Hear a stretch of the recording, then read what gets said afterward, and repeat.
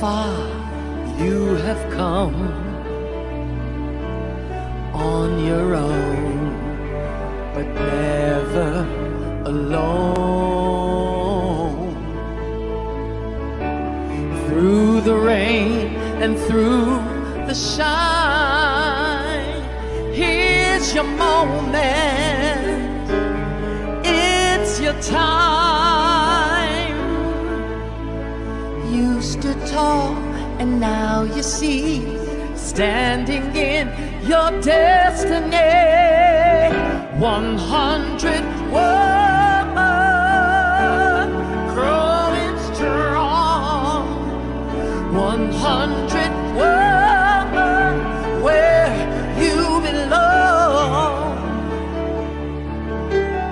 You stood tall and now you see, you have reached your destiny. Woman, woman.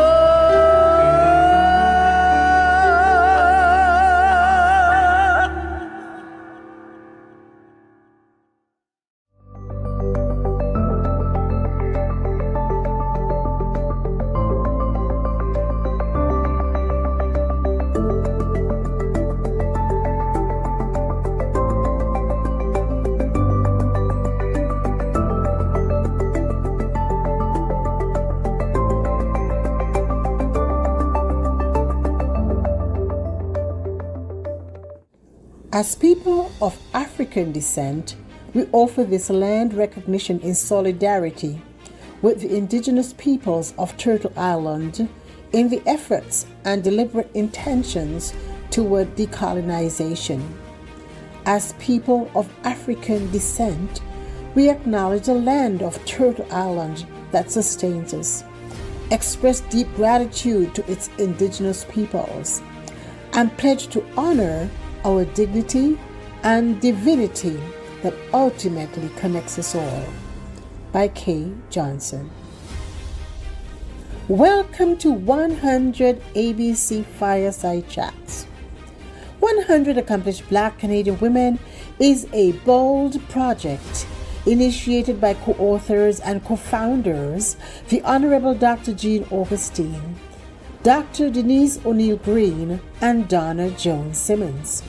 Our mission is to celebrate and archive the professional accomplishments of trailblazing Black women from all across Canada.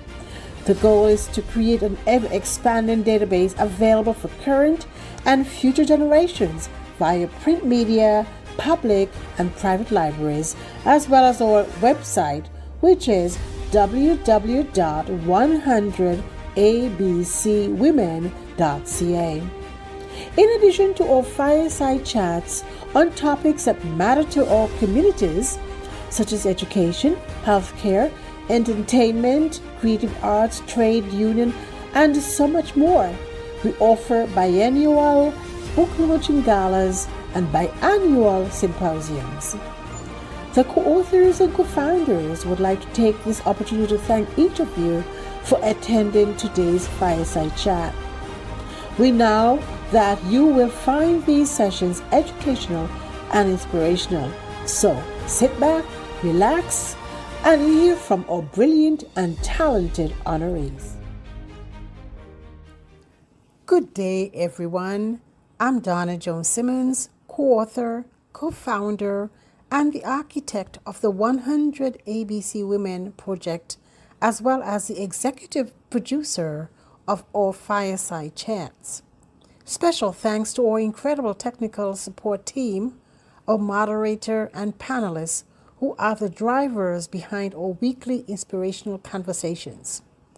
Let me now turn you over to our moderator, who will introduce herself to you, as well as today's topic. Thank you. Good afternoon, everyone, and thank you for joining us on this little bit of an overcast, guys, if you're here in the Toronto area, but I hope it's bright and sunny everywhere else across Canada, and to our international guests that are joining us. Today, we're talking about leadership in the trade. So we have three dynamic women who are doing some fundamental things in their respective areas. And rather than me sitting there and trying to tell you about them, I'm going to call on them to give them a bit of their background to you. So I'll start off first with Ms. Rokeya Gay. I'll allow you to introduce yourself to our viewing audience. Absolutely. Thank you so much, Yvette. Hi, everyone. My name is Rokeya Gay. People call me Rock. I am a quadrilingual certified coach. I'm a carpenter and also the chair of the Sisters in the Brotherhood at Local 27 here in Toronto. Just excited to be here today.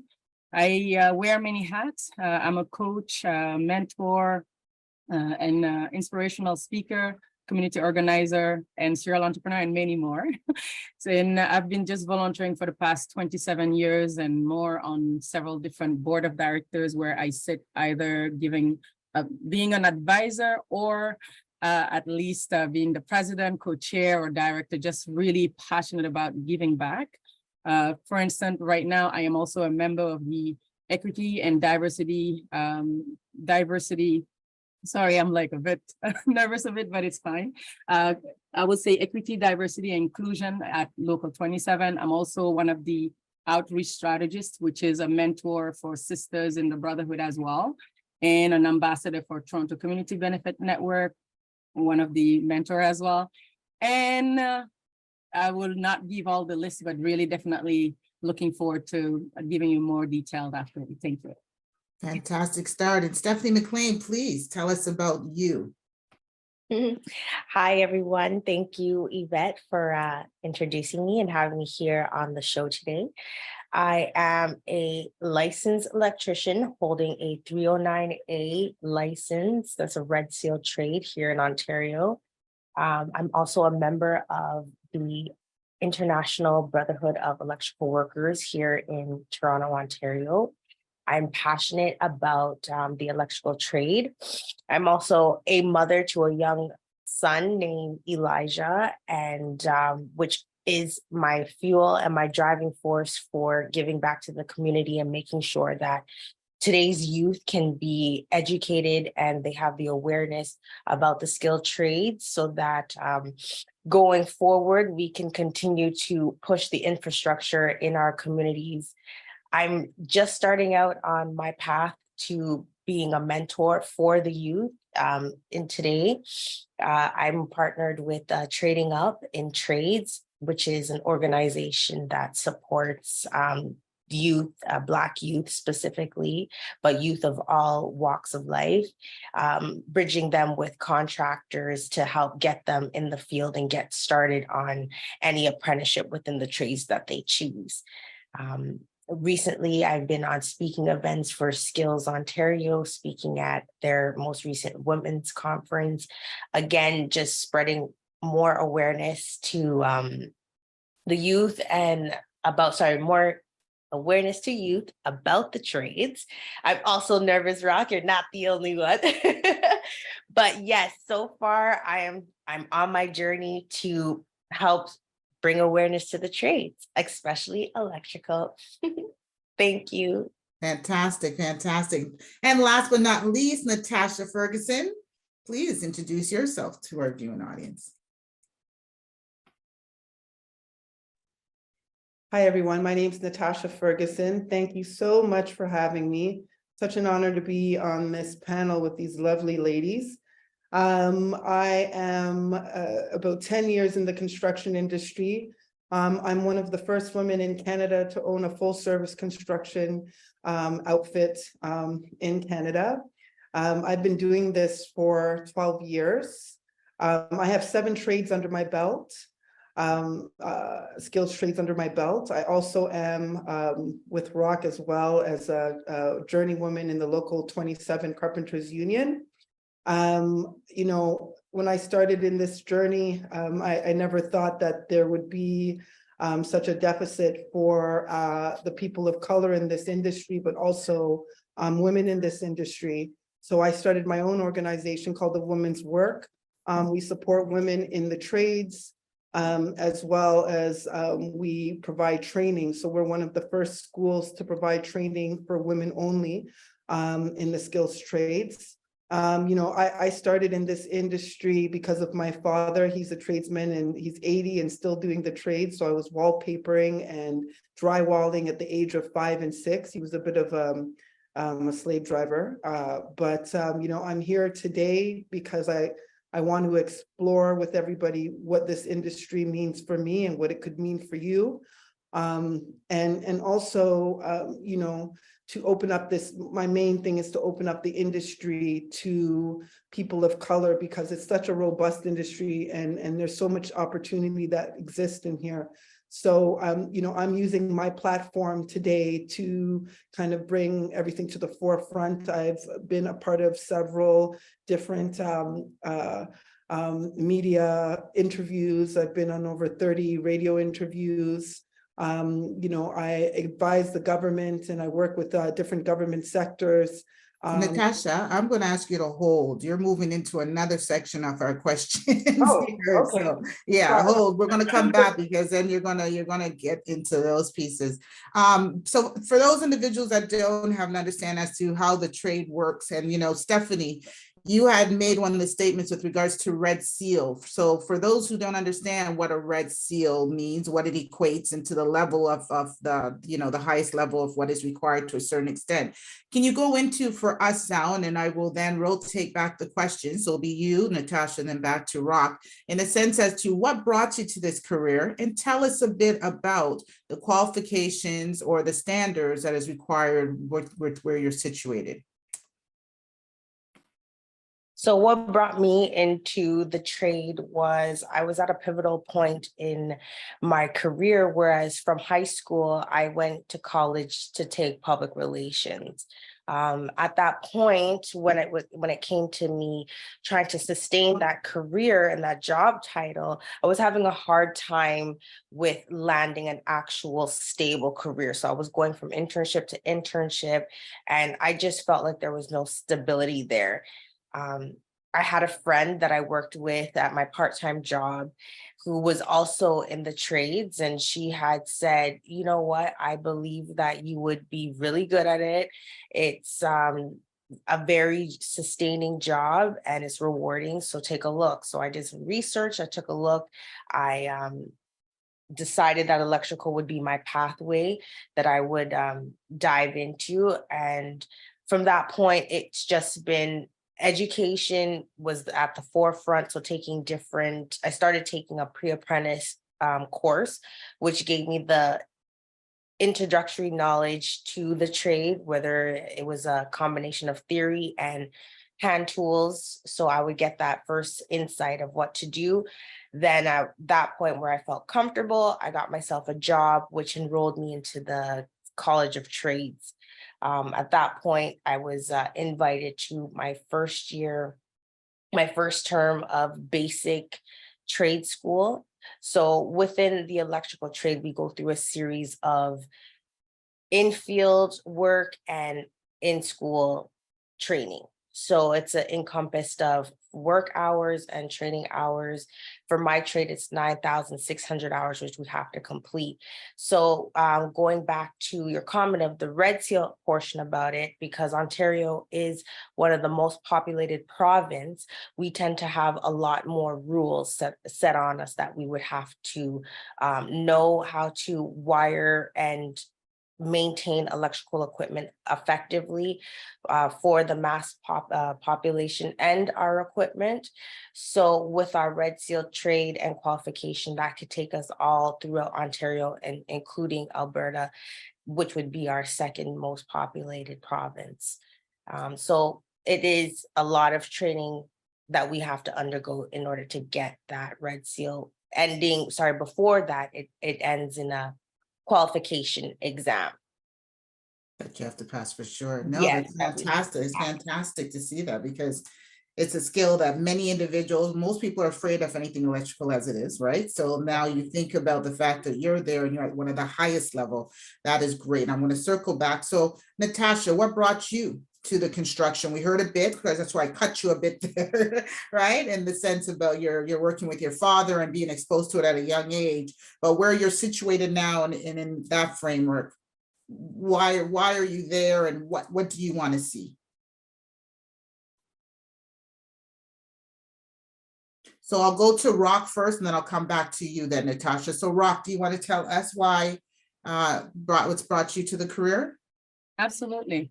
For me, when I joined, it was just curiosity. At first, I was just passionate about construction, passionate about infrastructure and architectural designs in the city, seeing so many buildings. And I'm like, I wonder what they do and how do we build all this? So at a young age, I wasn't sure. I'm one of those people that you can't put in a box where people have tendency of telling us you do one thing at a time and do it well. I'm one of those where I do multiple things, and I excel the most when I'm doing multiple things. When I'm doing one thing at a time, that's when I'll definitely mess it up.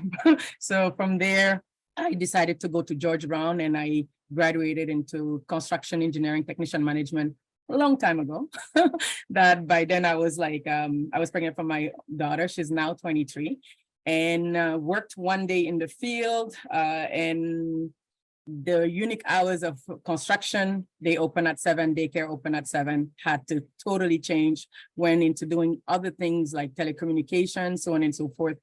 While doing all that, the construction was always calling me back. I was always saying there's something missing. So from there, I decided to volunteer for Habitat for Humanity. So I would be building homes for people, underrepresented people with low income.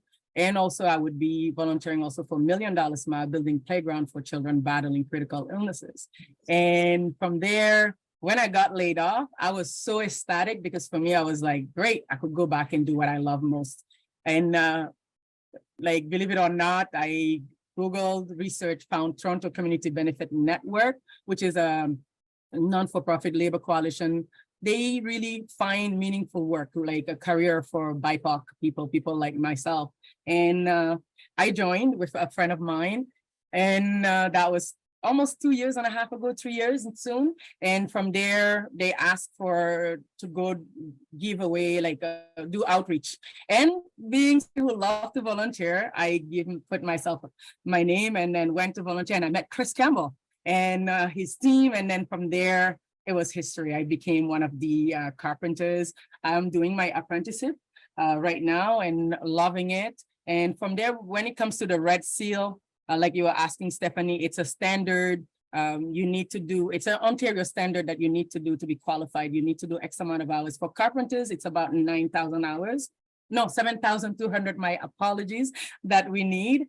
However, you could challenge it at 5,600 hours and write your Red Seal. And from there, you are recognized certified carpenter. Correct. Yeah. Very good. Very good. And Natasha, so back to you with regards to how you're in this and where you're at and where you'd like to see it going. So I actually didn't start in construction. I started in corporate communications, and I was in there for about 15 years. And it kind of became very cumbersome for me. At the same time, I had met my husband, who was a GC, and specifically his trade was roofing. And I really, really enjoyed that trade because, as you know, there aren't any houses that don't have roofs. So, and I too, like Rock, was a serial entrepreneur. So we started this business, and then he got me up on the roof, and it kind of all came flooding back to me. And, you know, I was already an accomplished sort of carpenter. I had done drywall as a kid and wallpapering. Like 5, 6 years old, that's what I was doing, as I mentioned. And so when I got into the industry, wow, I was just excited because it's not like when you're in the corporate industry, there are a few things that you can do and a few jobs you can do. In the construction industry, you know, there's probably 30 or 40 different jobs you can do within each trade. So for me, it was a matter of finding something that nobody else was doing and finding my niche in a place where I wouldn't have to fight for the attention or the jobs. You know, later on, when I started to look for jobs, when I was just kind of running my company, you know, like Stephanie, I had issues finding work, you know, whether it was because it was the color of my skin, or because I was a woman. I just saw again that I was being discriminated against in another industry, and that didn't sit well with me. So, you know, I opened up my own business. And I never imagined when I opened up this construction company that I would be one of the only women doing this. and the only Black woman sort of running an outfit like this. Where do I want to see it going? I want to see more women like myself, and women, period, starting their own businesses. Nobody's telling you to go out and do what I did, because it's quite difficult, and you need the gumption to do that. But there's so many opportunities in each trade where you can have a small business that can make you a lot of money. If your focus is on drywall, or if your focus is on being an electrician or a plumber or a framer, these are all businesses, side businesses that can have a lucrative sort of financial effect for women, especially if you look at, women who are newcomers to the country, or, single mothers, or, women that are in a disenfranchised sort of position like I was, bringing up my daughter, and I wasn't given these opportunities. So I'd like to see more opportunities open for women. And I think all of us can agree on this panel that, this is why we have these conversations, so that more women can find out about the industry, and we can see where those pain points are and solve them, and solve those challenges. Valid points, valid points.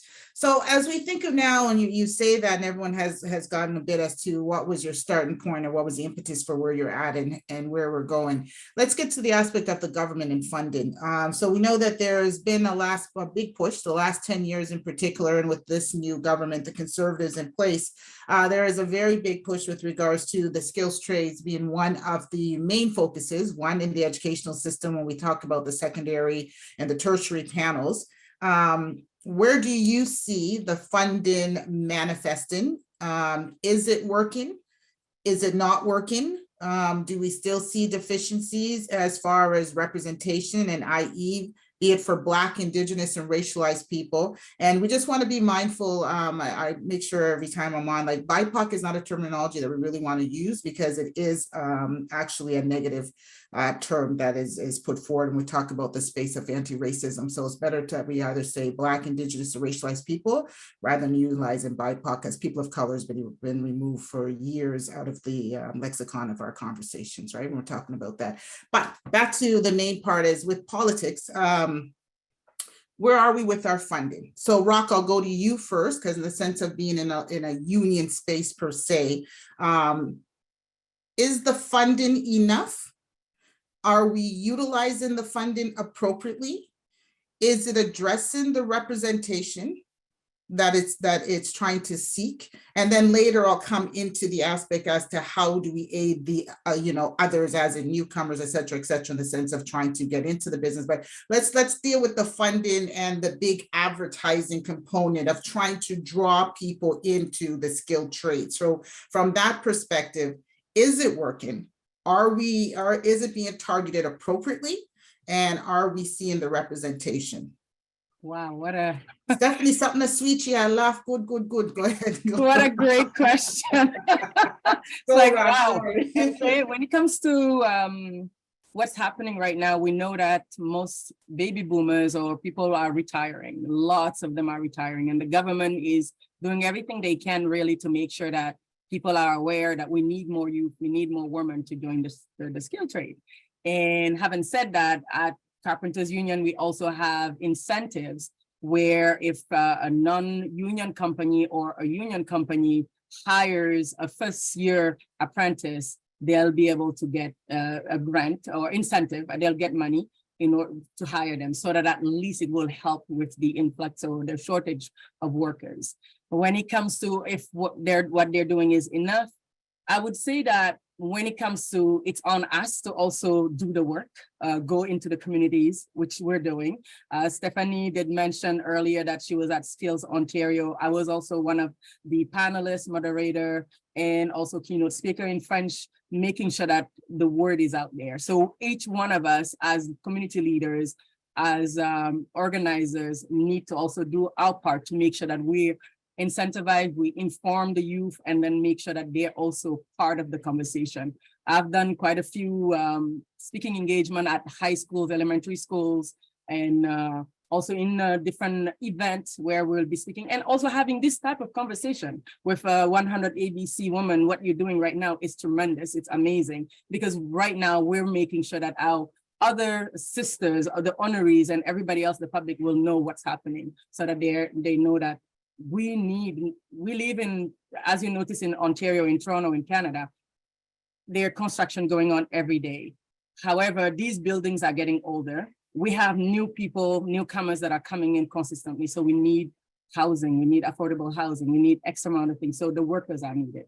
So I think that it's on us and the government, everyone together, working together to make sure that it's happening. Natasha, what's your perspective with regards to the funding and the target audience and the representation?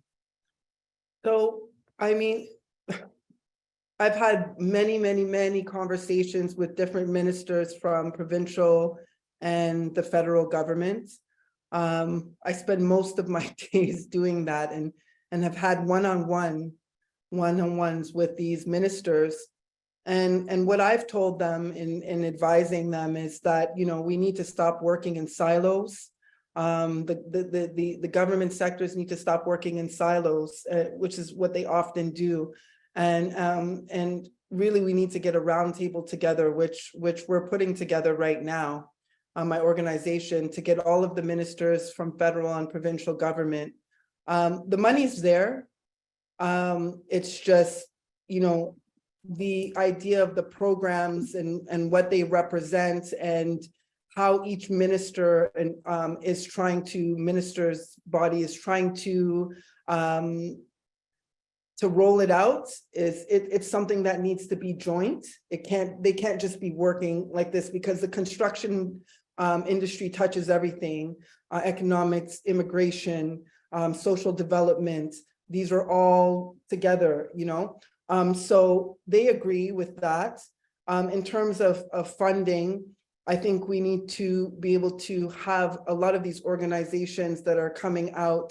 A lot of them don't understand how to get the funding. It's one thing to say, you know, there's, you know, $300 million of funding, but to get to that funding, it's a whole other sort of conundrum that, you know, even I myself have been like, you know, I've had to learn a lot.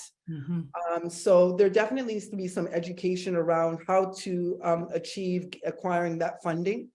And also, I think, you know, more conversations with government, with unions, you know, and with actual people that are in the industry, where they can see their pain points, and really talk about the issues. Like, you know, Minister McNaughton recently put out a PDA for toilets.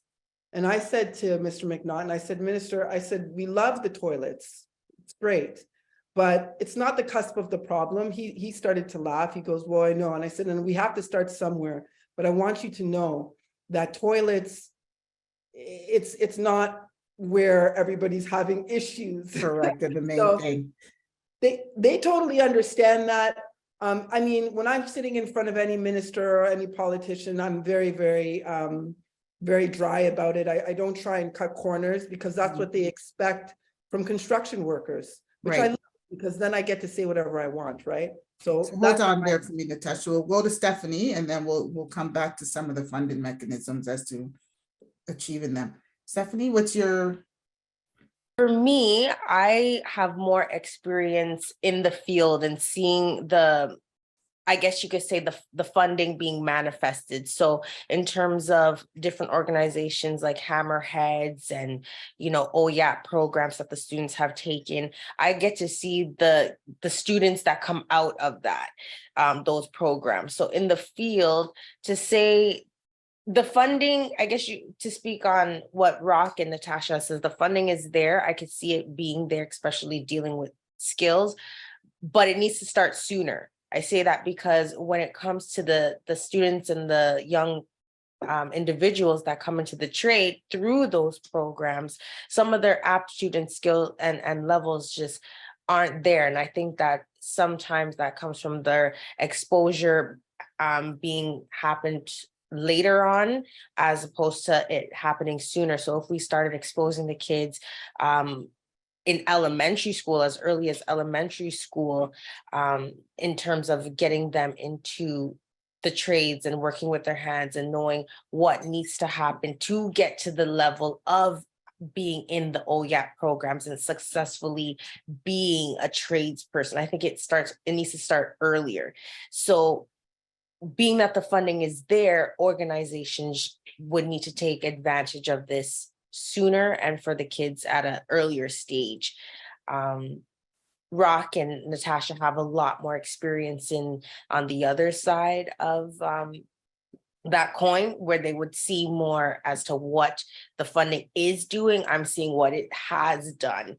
So being that said, yes, it needs to start sooner so that we could create more efficient tradespeople, because going back to the Red Seal, it does take a lot of training that, we need confident people to go through that are going to stick to the program.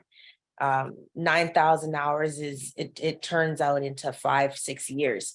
So we need the funding to be there for the kids in elementary school, for them to understand that this is a journey that is going to transpire over a few years. So Stephanie, I'm going to springboard off of that because that leads into the next question, right? So you touched on a few things. So co-op work in secondary school, OYAP placement, when you talk about the elementary, so for the intermediate grades, the grades 7, 8, we know that the IPP was the individual pathways that young students are supposed to be exposed to. We talk about the grade 10 careers courses, which is supposed to guide students in the sense of what is their overall perspective and viewpoint, and being able to be given opportunities. When we think about the LELs, which are the leads in the schools for the experiential learning that are supposed to build partnerships with the trades and with communities, we see that to everything that you just said, it is not being implemented at that intermediate grade. So the grade 7, 8, from the dismantling of the trades from out of all of the elementary schools, because you used to have tool and die, woodworking, some cement, some mechanics, was there to have students at the grade 7, 8 be exposed to these experiences, so that when they got to grade 9, they then were taking those as their tech courses that were naturally moving through. And we see many of the secondary schools have even whittled down, right, those tech programs even being available. So when we talk about the funding is there, but to what you're saying, it has not matriculated appropriately for our students. And then we're talking about Black and racialized students really getting the exposure, because where skilled trades or the specialized programs are offered are in predominantly a lot of our white prominent communities, right? So when we want to look at how do we do the outreach appropriately. So Natasha, I'm going to come to you in the sense that you said that you're developing the roundtable with the various ministries at the various level of government. Is the question going to be really put to them that they need to re-implement into the schools the access to the actual trades, right? Because that's been dismantled.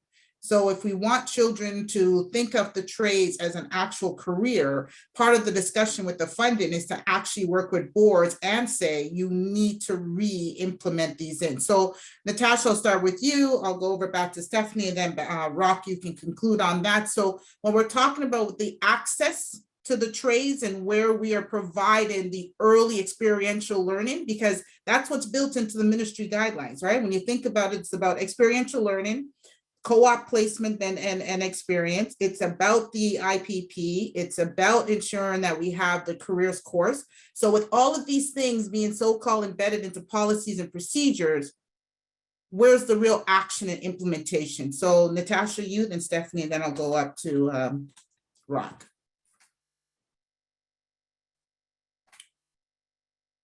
So Rock, I'll go to you then first, and then we'll come back to Natasha. Oh, sorry, Natasha, you ready? All right, I'm good. I don't think it was really thought of, even though the policies are in place and they sort of had this mandate. It hasn't become a really big issue until they started realizing, the government, they started realizing, like, we're going to have a serious problem in the next 10 to 15 years when all of these people start retiring. And so I've had conversations with TDSB and PDSB, and they're all in the knowing that things need to change. And it's like, where do they start? So plans are being made right now to not only educate the social workers or the guidance counselors, which is where it begins, but there's also, educating parents. Because if you look at it historically, we were told as a society's group that people who are in the trades are not very smart. And so, you would see that if somebody wasn't really good at math, then they would be kicked over into, doing mechanics or, some other trade, because really for the trades, everybody just kind of learns them, is educated by a mentor or somebody else. So I really believe that it starts with the education of the guidance counselors, because those are the people that the students are looking towards to give them the guidance that they need. Where should I go? What career? And also educating guidance counselors, teachers, the entire educational system on what the construction industry can actually do. There's so many times I've spoken to, both male and female, and they'll say, I didn't know that. I didn't know that you could make $45 an hour drywalling. I didn't know that you could make, $50 or $60 an hour being a plumber or even a framer, So these are things that they lack. They also don't know the trades that are in there. In the local 27, what does it mean to be a carpenter? Well, what it means to be a carpenter is like, you can be a finished carpenter, you can be a rough-in carpenter, you can do floors, you can do roofs. It's all under the carpentry. So under carpentry, there are like already 6 trades that are there that are just floating around. So the education around the trades and the historical background of each trade and what the industry can give to an individual as far as career and even on an entrepreneurial level is something that needs to, people need to be educated. That's why, the programs that we have in place now, I call them foundational programs, because it's really about building that foundation. Stephanie? Yes, and to springboard off of to what Natasha was saying is even us as a Black community, education and the teaching of our children comes from the home. We have to, as parents, evolve our thinking to a point where we start thinking outside of the box, out of what mainstream is telling us is right or wrong. We have to be able to observe with all our senses to say, well, how does our economy keep turning? How will it keep turning if we don't have people to do the heavy jobs, or to say the heavy jobs of building our infrastructure, changing the shape of, the way how we see our buildings and our places we go to eat, entertain, worship, have fun, all those things. It starts from the awareness that we bring to our kids from in the home. So if parents are able to get access to information, just, even by platforms like this, to get information on how to be more aware of what construction is doing, they could educate their kids, which in turn, could fall into the different mentorship programs that we have. So it starts from, yes, the guidance counselors in school, and then trickles off over into the parents' responsibilities to help guide their children to understanding, to look at bigger pictures and think outside the box and not just follow what everybody thinks is the right career or what have you. Because me and my personal experience, out of all my friends, I'm the only tradesperson, and that's because I was able to listen to the advice of my parents of not following the path of everybody else and thinking, what do you like to really do? I like to work with my hands. Okay, there's not only one way to work with your hands. You could bake, you could do hairstyling, you could, get now more into the skilled trades, red steel trades, carpenter, electrical, plumbing, things like that. But it's just to, again, open the scope to parents for their kids to say, well, what more can we do out of the passions that you like? There are so many more different options. So it's the constant awareness that we need to keep spreading between in home and in the schools to our teachers, changing that misconception that the skilled trades or any trades is for people that don't have the aptitude, because that's the biggest misconception.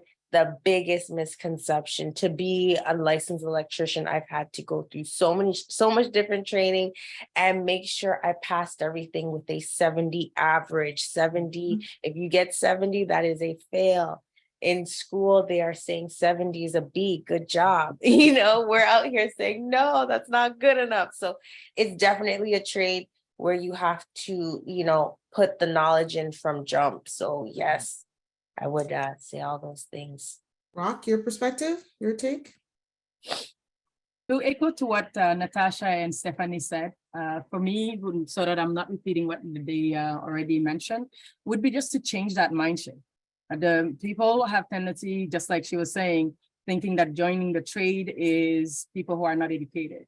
However, people who are in the trade, you get to be creative, you get to problem solve, you get to do so many things, and the parents don't know how being part of a union where you have fair wages, you have benefits that are covered 100%, you have the union members, the business rep who are there and fighting for us and making sure that we are heard when problem arises. So it's just the mindset, we need to shift it. And a lot of women also have tendency of not thinking that they're welcome, they're able to do that.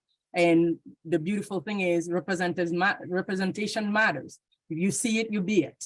And being here at the forefront, being able to have these discussions, being able to also be out there is really key. But however, when I'm talking about the parents, they need to know also what are the benefits really when it comes to being part of the trade. And like Stephanie said, skilled trades, we have about 140 under that umbrella. What does it mean? What it entails is having this type of conversation that really will hone in, help, and so on and so forth. For me, I love working in the office, but I love even more working with my hands and being able to really learn. So parents, like our Black communities, we had tendency of always saying, go get a university degree, go to college. And then we racked up a lot of debt, right? Whereas when you join the trade, it's an apprenticeship program, it's free. And you get to work as you're learning, as you're earning. 90% of the education piece is on the job site. 10% is in school, where it's mandatory standards that you need to do in order afterwards to do the red seal or write the red seal. So it's really important for parents to know, and the government, what they're doing is having this conversation, us going also into the schools and changing that. Because when I was at Skills Ontario, I was talking to, I was the moderator of two young girls. They're from the north. I don't know if it was Thunder Bay. They're saying that for them every day, they have woodwork in school. They have so many different things that are getting them ready and available to be in the skill trade. Where in Toronto, we don't have that.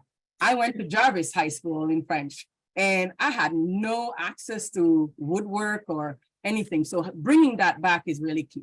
So Natasha, that then also goes to the access piece, right? And to the way in which our government sees things. So the North is considered bush, right? So that mindset is, well, university is not the avenue where those kids and the so-called demographics that we know that's in the North. So the push for the trades is more highlighted, right?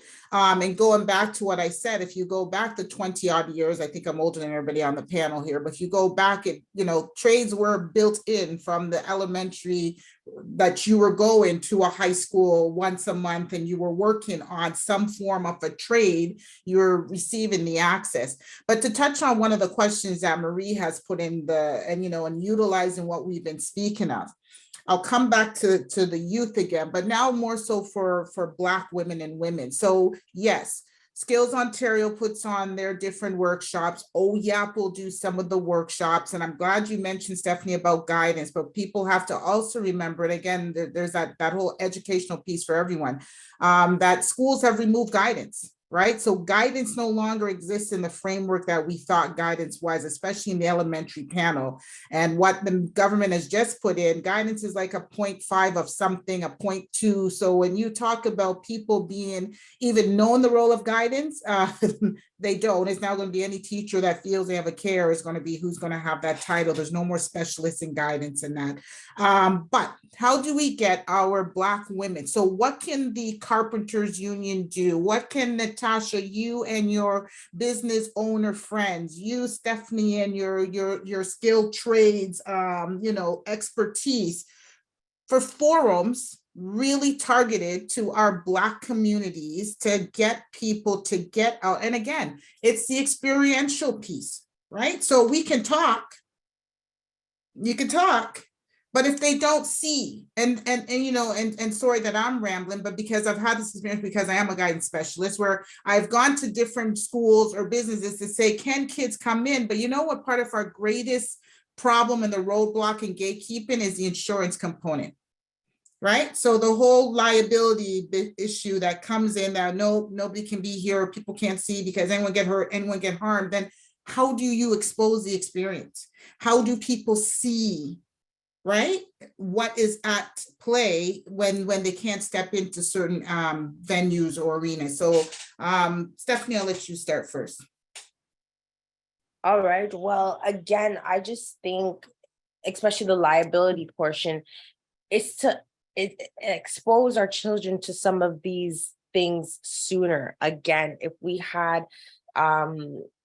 the trade shops or the trade courses taking as soon. I seen a chat member, online guest, who said that they had exposure as young as grade 6. So yes, I definitely think from grade 5, grade 6, because our children, especially that are coming in today's age, seeing how they are born already with the internet exists, they are already advanced.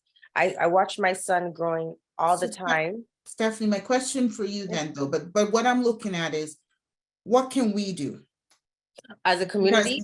Because, and like yourselves, the 3 different areas represented, because we know what the government should be doing. Yes. Right? We know what's on policy and procedure. It's not being implemented. So how can we capture our community? How can we capture our community is to basically, as a unit, to kind of in home instill the awareness and kind of the quote unquote common sense to say, well, when you're in an area that's unsafe, we need to make sure that we are able to protect ourselves, so that when we get to different jobs, say construction jobs, we have that common sense to be like, okay, they do say it's mandatory to wear our hard hats and our boots. I'm going to do it because it's our safety. I'm not going to cross over into any lines where I don't have the necessary aptitude to figure out what happens behind those gated lines. So as a community, again, it's starting sooner with our young to teach them that this is the way to go. This is how we keep ourselves safe. This is how we build ourselves different avenues, so exposure to different avenues. So instead of being in the house cooped up, we take them outside and open their minds and creativity to say, well, how do you think this church, for example, was built? People had to build that. And thus giving them knowledge and insight to say, like, I would want to figure out how I could, grow up and learn to get building these types of things that I see on a daily basis. So I would say just the early exposure to getting them started, reading new things as a parent, having different conversations with other parents. So making sure we are talking to each other as a community, especially to show what we are doing differently in different homes to bring it back to our home and thus taking it further into our community. So the communication piece, for sure. So Rock, how does the Carpenters Union get to the community? How does it get to our Black females that have never thought about it, those who may have had an interest, an inkling, some inquiry? What can we do to get into those spaces and provide the opportunity for the experience to also learn? Because yes, to Stephanie's point, communication is very key. but where are we providing the forums, right? So that's what I'm trying to get at, in the sense that where are the forums, where are the open houses, where's the practical components that we have to do to really get our people to be able to really participate? Excellent question. The Carpenters Union is actually doing a lot of outreach on the ground. And whether it's with the women, they have a woman program where we have Black women or racialized women, people of color who have children. There is a program that we offer where people can sign up. They're getting incentive, and then they go get trained in the trim work section, millwork section, so on and so forth. We were recognized and we got an award on diversity, inclusion, and equity because we do so much in so many different communities. We do a lot of outreach program every single weekend or every other weekend. We are doing not only in the Black communities, but several different communities. We also offer, like with the women's, right now we have finally a chair for the Sisters in the Brotherhood, which I am the chair right now, and we are doing a lot of activities and making sure that the people know that we are here, and then we want to make sure that the children know about the skill trade. Recently, I was invited at the district school board, Durham District School Board, where we had about 260 young girls, where it was by a principal, Karan, and she invited about 12 schools, and we were there talking about the skill trade, talking about women in different leadership, different trades, and I would say, and then from there, they're like really interested. We have also Wilson with NDC, who is doing a lot on the ground. We have Toronto Community Benefit Network that is doing so much also on the ground, making sure that the communities know about what we're all about. So people can definitely start looking into that. And we have you now, the 100 ABC woman who's also doing so many. So we have the IUPAD, the International United Brotherhood of Painters Union, the Plumbers Union. All these unions know that we are there. We're here to represent to our communities, making sure that they know that we exist, and then you can really make a life-changing experience, a great living, and be also part of it. So it just people need to research, be part of these forums, and then working in the ground. And Natasha, I see that you put in several links with regards to where people can go to get further information on that. So what's your further input here? So, grassroots levels for sure. You've got to be on the ground. A lot of community centers, a lot of, disenfranchised areas in the city that do belong to the Black community. And so my organization has done a lot of outreach in these areas through advertising, simple, posters in community centers where you can find these youth hanging out. Also, let's not forget that, these kids these days, where are you going to find them? You're going to find them on Instagram. You're going to find them on Facebook, Snapchat, all these different sort of platforms. That's where I do a lot of my outreach for A Woman's Work, which is my organization. We support women in the trades with foundational programs and pre-apprenticeship programs. I put the link inside there. And really for us, it's just been, your usual suspects of getting online and reaching out. And we've been really lucky. We have over 300 women that have enrolled in our program to date. And many of these women are coming from the African and Caribbean community.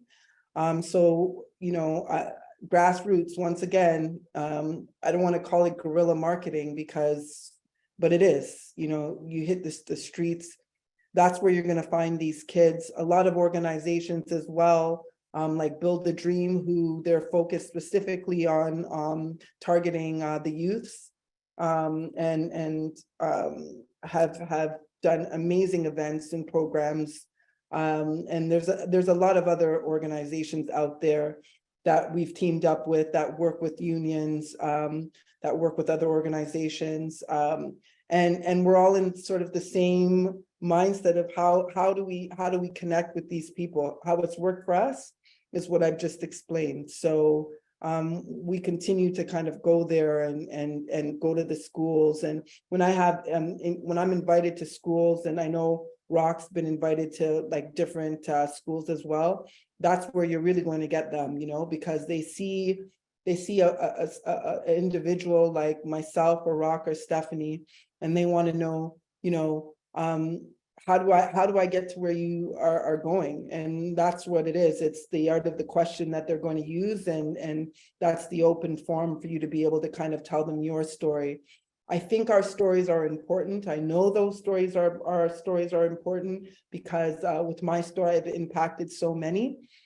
So you have your marketing, you have your hidden ground, but it's our stories, that are really going to get people to get up and start going. I can't tell you how many times I've had women contact me and say, you know what, I heard about your story. I saw you on the news. I saw you, in some sort of, read about you in an article, and it inspired me.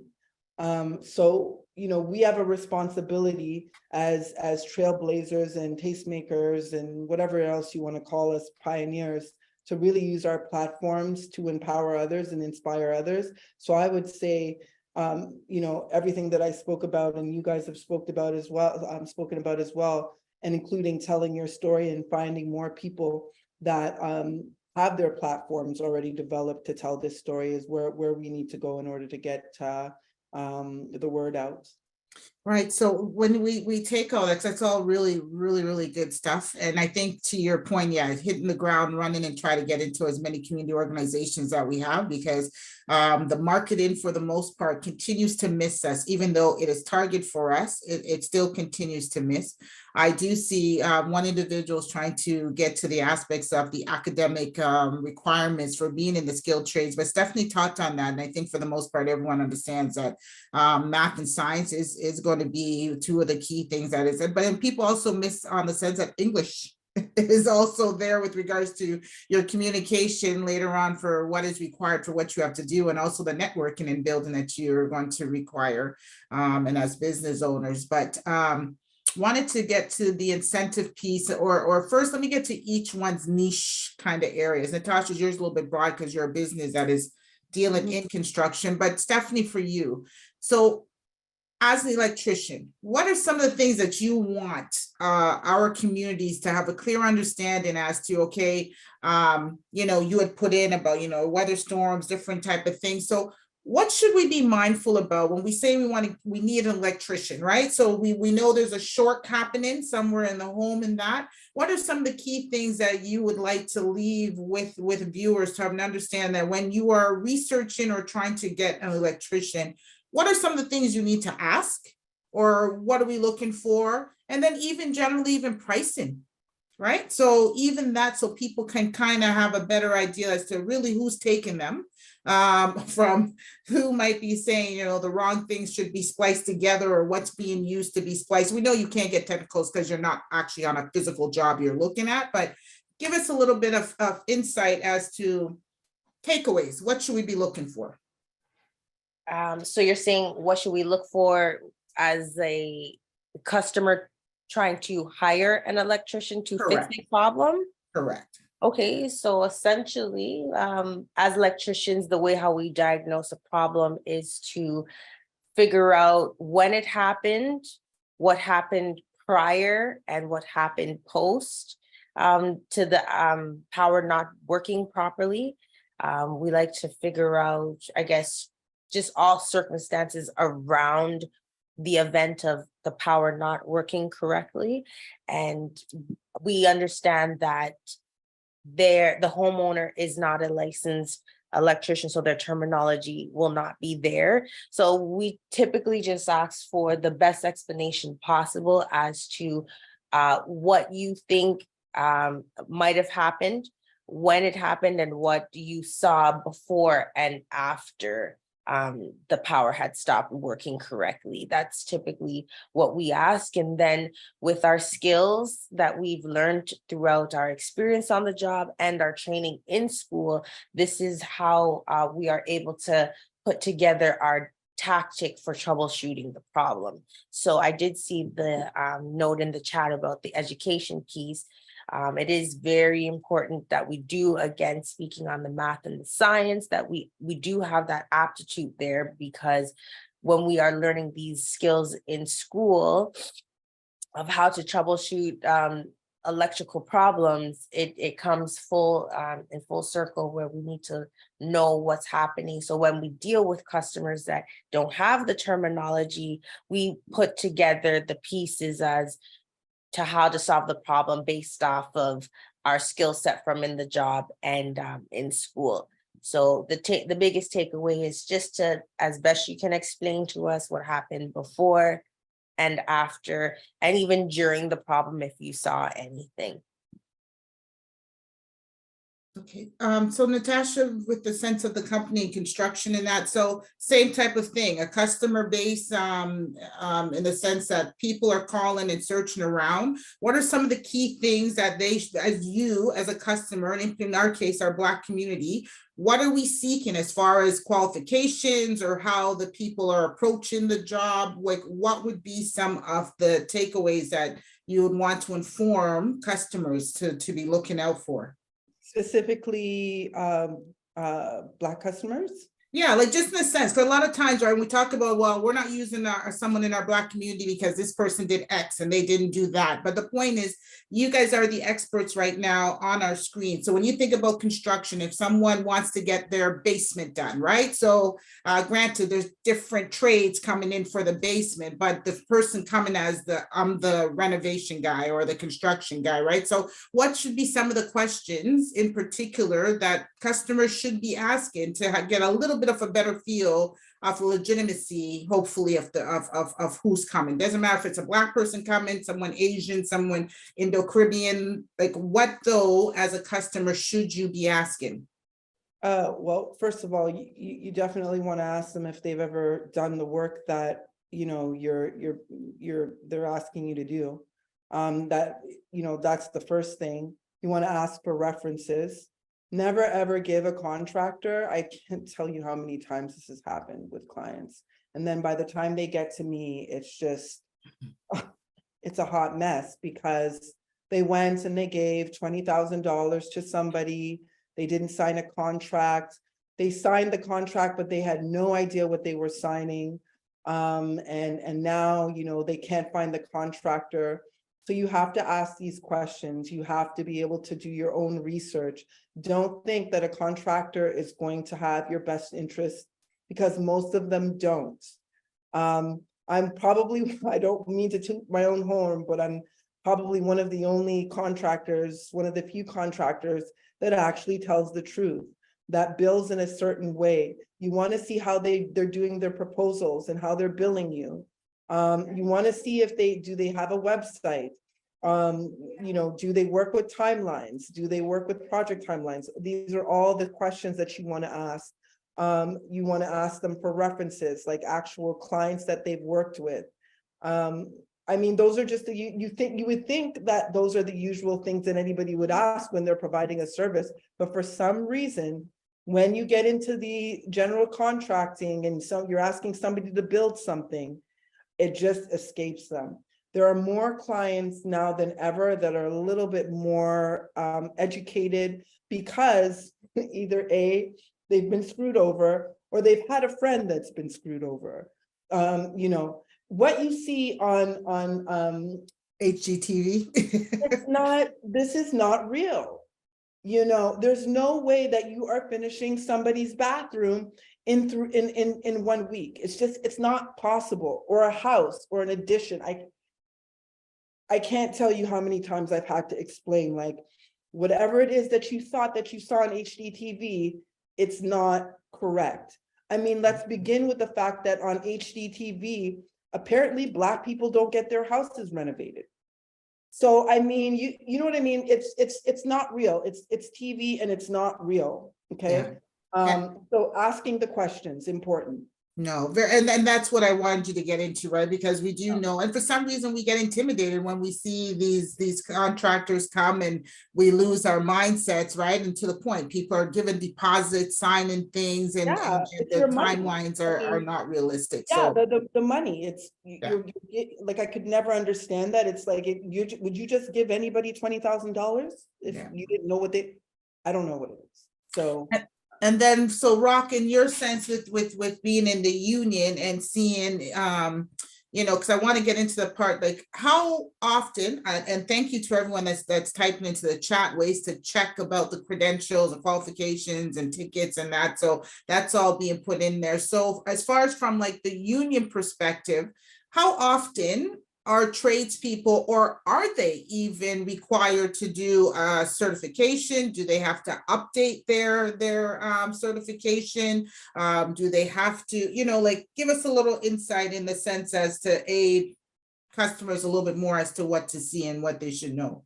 Yes, for us, like I saw Sister Kimoy mentioning about ticketing and getting the certificate and asking for that is key. Yes, for the union, we need to be certified. We need to have those tickets. We call them tickets, up to date, to make sure that we are following all the safety guidelines, so on and so forth, and being able to go at the job sites. And that's not just Carpenters Union; it's all union. And it's imperative. If, for instance, your ticket expires, you're not going to work. You're not going to be dispatched. You're not going to at all do the work, because the Ministry of Labor, the minister will come. You'll be in trouble. So it's imperative that we get like the WMS, the working at heights, the full step occupational health and safety, confined spaces. There are so many different ones that really explain when you're at the job site, what do you need to do? How safe can you be? And how do we make sure that yourself and your colleague get to go home the next day and come back? And I want to dispel this also too. And we talk about, a lot of times we talk about money and what Natasha said and the unrealistic timeline. So what's the difference when we talk about people that are in renovation and the constructions, right? Like people who are the real, like, and I'm not saying renovators are not trades, but you know what I mean? We know of late, people have gotten into the whole renovation component as to who really are the trades and the real facet of cost. And Natasha, I saw your hand fly up fast. So it's kind of also to, I think we need to get that reality of when we say, and again, I'm going to go back to users. So if you want your main floor washroom renovated, realistically, right? Because I think a lot of people also forget that the tiles, the grouch you might select, the faucets you want to bring in, where you want to try to rerun plumbing, or the electrical, the fancy chandelier you want put up, but yet you don't have the wattage, right? So all of those, like, so one, renovators, trades, right? Because renovators could fully be licensed trades, vice versa. And then reality of costs. And we know that we can't give a set to say it's going to be 10,000, but it's a matter of letting people the reality, though, of what your projected cost should kind of look like. So Natasha, I'll give that one to you. Yeah, so there is a difference between a general contractor and like what a renovator is. Like, when you talk about my company, it's full service construction, which means that under my company, I have multiple trades that work for me, with me. You're not going to call in an electrician to do your bathroom unless they're doing electrical. So I'm not going to hire Stephanie to renovate my bathroom because she doesn't know how to tile. She doesn't know how to drywall. What I am going to call Stephanie for is I need some pot lights in. So I'm going to call her. And this is why as a builder, as a renovator, most renovators are GCs, so general contractors. And what general contractors do is we manage the project, but we also usually have a few of the trades under our belt, at least one or two trades under the belt. And we work with sub trades like Stephanie, with a sub trade like Rock, who maybe I'm going to bring in to do some framing and some carpentry work, right? So there is a difference there. Then there's the side of things where you will have an electrician that owns a business and really relies on GCs like myself to bring them their work, because a lot of clients aren't going to be like, I need this done, let me call an electrician. They're not up on that, right? You don't really see that. And a lot of clients don't feel comfortable with just hiring a plumber and then hiring a GC separately, because most GCs will have a plumber that they work with and they know very, very well. If you hire me and you have your own plumber already, I'll probably most likely say, I have my own plumber, right? So there is that difference. And then you have people that, renovators that renovate only the exterior parts of houses or interiors. Then you have a roofer that a client can go to and say, hey, listen, I need my roof done, right? But you have to know, once you're getting into that, you got to know, well, what's the cost of a roof? Do you know, like, you could just go on Google and put in the cost of building a 10 by 15 deck, and Google will actually give you the average of what that costs.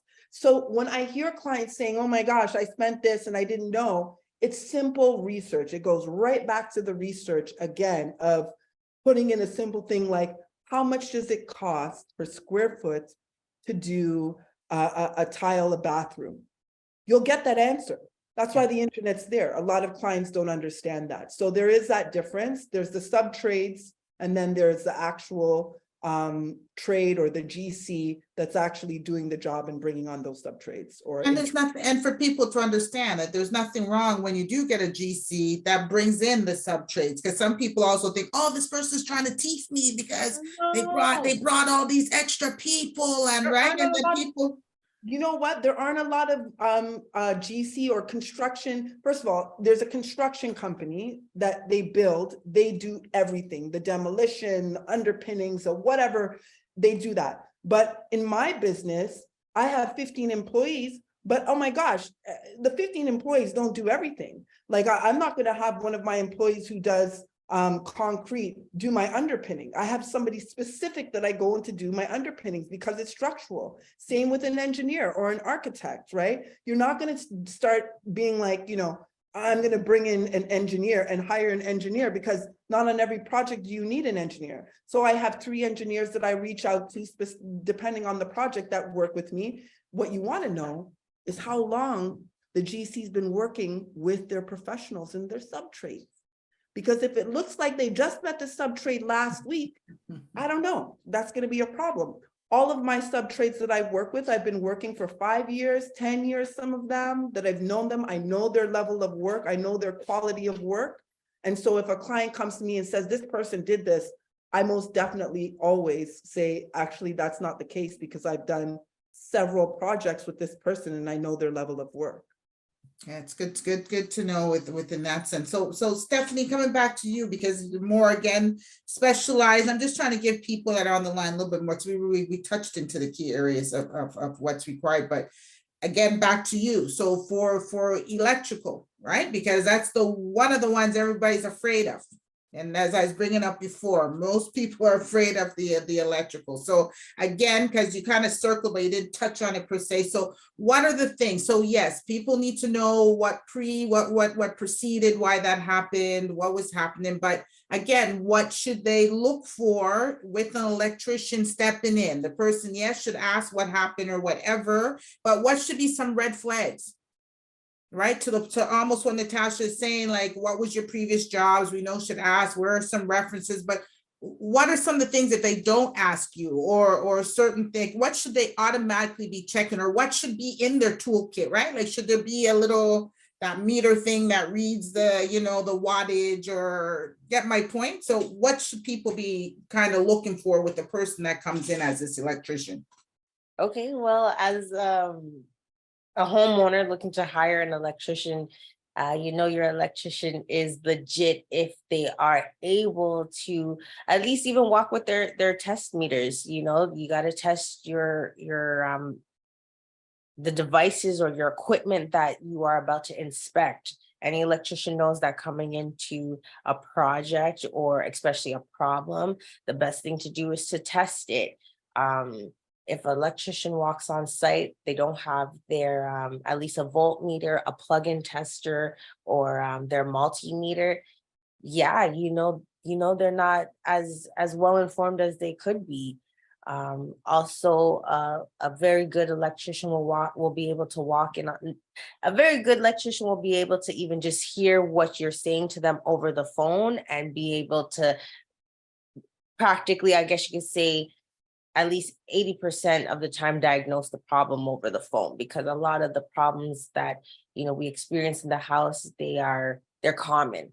So an electrician that is certified and has been working for a number of years with experience will be able to hear and diagnose most residential problems over the phone. If they do need to come in and take a look, they will come with their tool bag. They don't ever come empty-handed. They come with their test instruments, and they'll let you know when it comes to pricing. I know you did mention that homeowners also need to be understood that the price of materials and the price of our devices, so materials in tow have gone up. Materials are expensive. So when it goes to hiring an electrician, a certified electrician, they're looking to charge sometimes by the hour, could be about $60 an hour. If depending on the job, it could be bigger than that. They might just charge based off of the job. But to also second what Natasha was saying, you don't just hire, when renovating your bathroom, you don't just hire an electrician to do the whole bathroom. Electricians, typically, we are one of the trades where we like our space to do what we have to do. So whether that be the demo is already done for us to run wire based off of the contract that we've negotiated, we typically don't do the removing of drywall. We'll cut around it and fish through walls in order to reach the necessary spots that we need to run power to. So we typically just come two jobs just for the electrical component and piece. Very good. And Yeah. then, okay, so Rock, I'm gonna throw to you because Donna's been typing in with some of the problems she's been having at her house. So one is, I see that she's saying she's considering building on her property in the back, right? So whether or not, or what she needs to do with the city with regards to getting any type of permits, if it's even allowed. So give that. And then one about squirrels that keep biting on wires. So I guess that might come back to Stephanie with a bit of the electrical. So we'll let you try to jump in there, how you can help her out or where she should be directed. Depending on where she lives, she needs to connect with the municipality and then get the permit for sure. And also if she's going to talk to a carpenter, because anybody can call themselves carpenters, but make sure you have somebody who's certified, somebody who has their like their journey person or recognized and have the reference like Natasha and Stephanie mentioned. And at the same time, because when you're building, you're adding an addition or you are doing anything, they need to follow according to the building code. So even if there's a demolition and then they need to add anything, if the house wasn't to code, it need to be to code moving forward. And anybody who, let's say somebody started to do a work like a construction or renovation, you inherit whatever the other contractor did before. So it doesn't matter the permit, the ministry, they will definitely be like, you'll be responsible. Like I'll be responsible for building that, no matter if another GC did it and then messed up, we need to remove everything and restart. So sometimes doing the review, like not the review, but being able to, you need to get to the work in order to know exactly what needs to be done. You can't just all of a sudden on the phone, like Stephanie for wiring, to make sure that this, unless they send you videos, and then from there you could do all the quotation and stuff, but you will definitely, as the GC, go there and review, because I've done some work that way where I give the code, everything, but when I went there, it was like, I had to work 1.5 weeks fixing the other GC's problem before I could actually start my work. And that was a lesson learned a few years back. And then moving forward is like, I gotta be there, so on and so forth. So yes, it's really imperative. And that's to also bring that, and then anyone can jump into it. So when you say that, because a lot of people are into renovation, a lot of people always think it's the older homes, but we having problems with a lot of the newer homes that once you bring and you start that renovation, whatever's wrong, right? It could also stop your permits, whatever's happening, because to the terms used by Natasha, the underpinning, right? Which a lot of people aren't sure what that is, or what do you mean by underpinning? Why? What's an underpin? Or somebody's puts in a stick in a pin somewhere, and it's like, no, it's your base and structure and what's, keeping your foundation and everything in its place. So where is that per se? Anyone can jump in so people understand that, yeah, you might say you came in for a permit to, brace the side of the house or whatever, or they start tearing down and you realize the whole foundation wasn't settled right, or nothing was done. So go ahead, Natasha. Yeah, so that would never happen. Because when you're dealing with people's structures of their house, like there is a sequence of events that needs to happen before you even go there. When you have when I walk into a client's house where I'm expected to do structural work, I always have my engineer in there first. They assess the property and assess the foundation and everything that's we're trying to do structurally. And there's a plan that's put into place with permits, and then that permit is submitted. And there are people in the city that they specifically deal with these types of projects in structural. So if it does not look right, it will not get passed. And until you have a passed permit, you cannot begin work at all. So if somebody starts something, if a client comes to you and says, we want to do this, but we don't want any permits, run it in the next direction. If they're adamant on it, and there's a lot of contractors that will still push forward, then you need to make sure that you are covered. I've had many clients who have said, I don't want to go through the permitting process for whatever reason. It could be just like as simple as like, I don't know, a basketball court, which I had to build for a client. And he said he didn't want the permits. And I said, okay, because it's an outdoor project. I said, okay, I'm going to build this for you, but you need to sign this email saying that you knew it. And because if anything happens and you have to tear what I've built down, I'm not coming back to build it for you unless you're paying me to do that. A lot of the clients, they'll be like, I'll get a permit then, or they'll give you some push and, pull, but I ain't moving until you write that email that says that you are aware of what you are getting yourself into. So just covering certain things, especially when you're dealing with structural work, you cannot just go in there and be like, let me just tear this down and see what happens. It's not good. Ladies, this has been really good. Like, I like this. This conversation has been very good. So as we're starting to wrap up and we get to the base of this, we have given our viewers insight with regards to what they should be looking for, potential red flags, the way in which certification works, the academic component. We talked about funding. We had mentioned aspects about, trying to reach to the youth sooner. Natasha, you brought up that your company's working on some roundtables with the ministry. So ladies, I'm giving you your last bit of 2 minutes here in the sense of being able to guide us. So what would you like to tell youth or women that would like to get into the trade? Is there something that's, outstanding right now that you believe people should be informed of?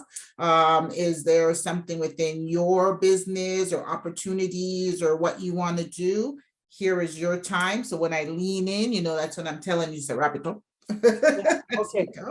So, all right, Natasha, your mic is off, so we'll let you go first. Okay, thank you. And because Who's crying? Nobody's crying. No, I saw the little emoji. I saw that my daughter was in the background. She's not feeling well. So thank you for letting me go first. I might have to log off sooner than later. So my apologies in advance.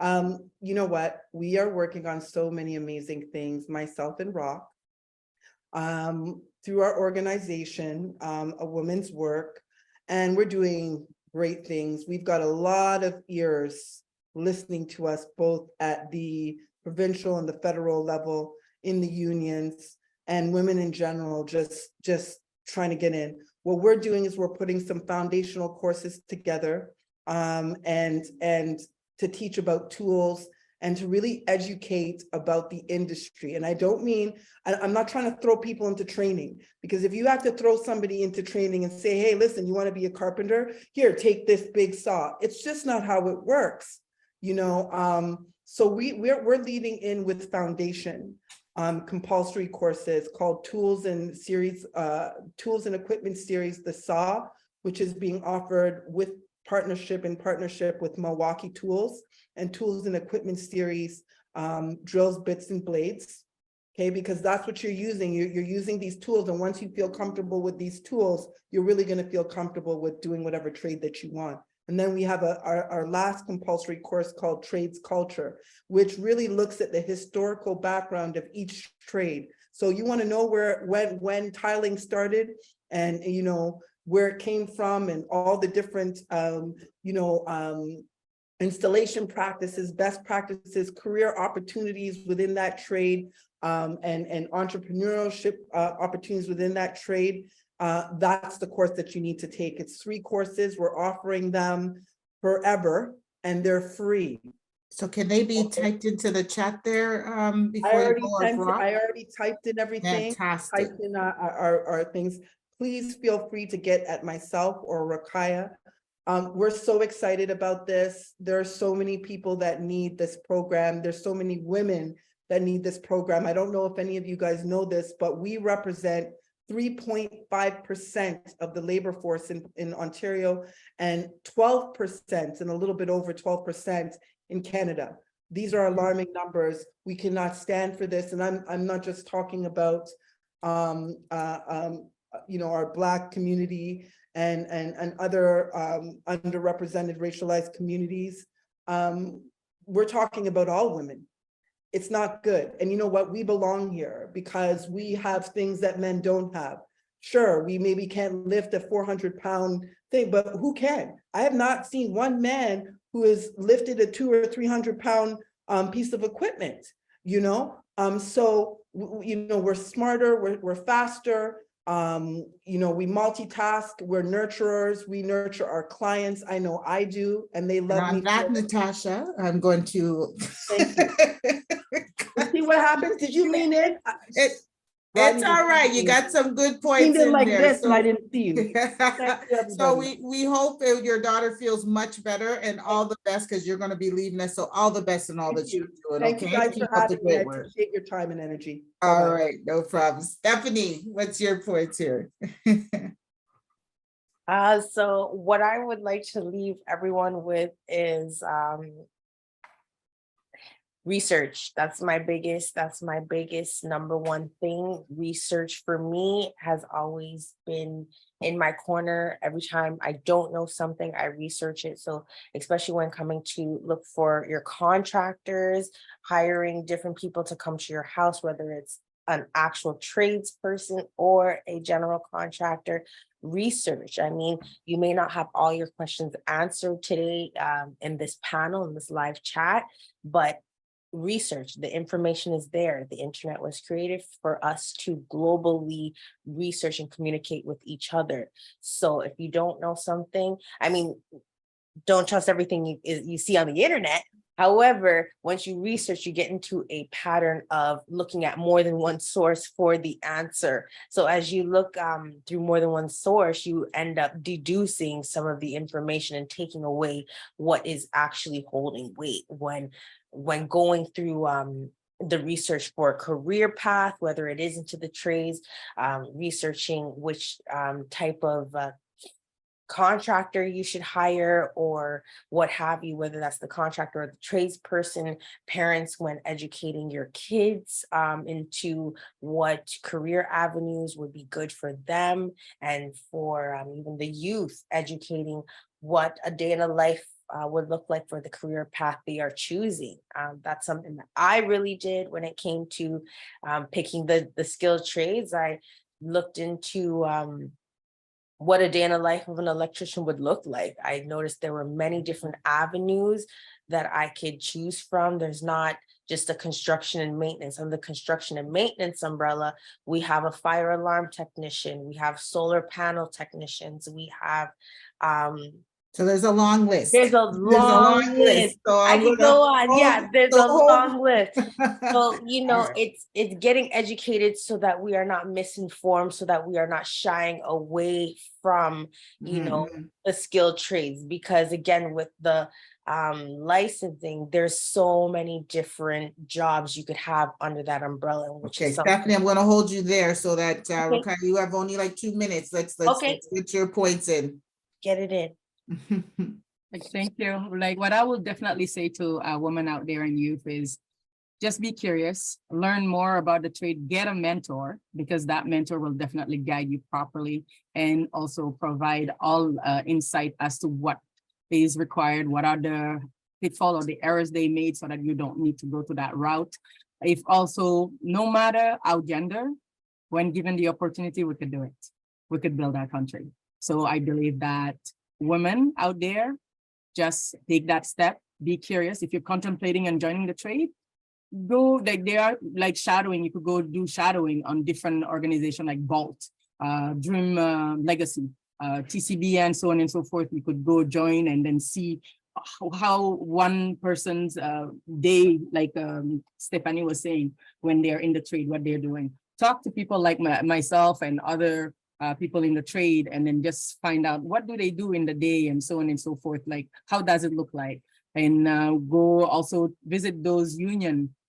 Like most of the union, they're really open. They'll be able to give you the information, and then also talk to the teachers or the parents, and also being part of this type of discussions. It's really Very good, amazing. ladies, very good. So we're on our time here, and I would like to say that was a fantastic discussion. There's so much more that is involved, right? Like, people think it's just so simplistic, but to everything that you guys have brought forward, there's so many facets to it. I'd like that's definitely the research. Make sure you research, get a clear understanding, Rock, get a mentor, get yourself involved, go and see, do what Natasha had laid out about making sure you do your background checks for what's required. So many things. So I hope that our viewers that were on today, that you will take from this, please take the information that's been posted in the chat so you can go to some of the website, the courses that were just noted that are being offered through A Woman's Worth, so many things. So again, Rock, that's to you guys. Get it out to the community, whichever marketing, whichever advertising you need to do,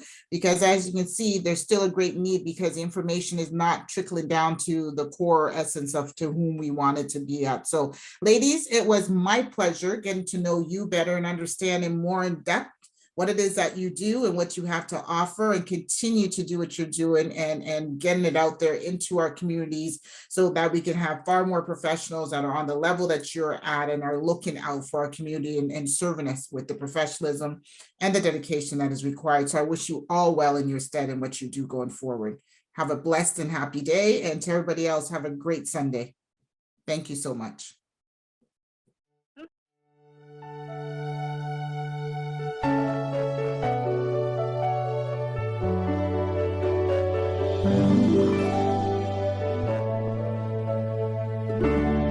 Look how far you have come on your own, but never alone.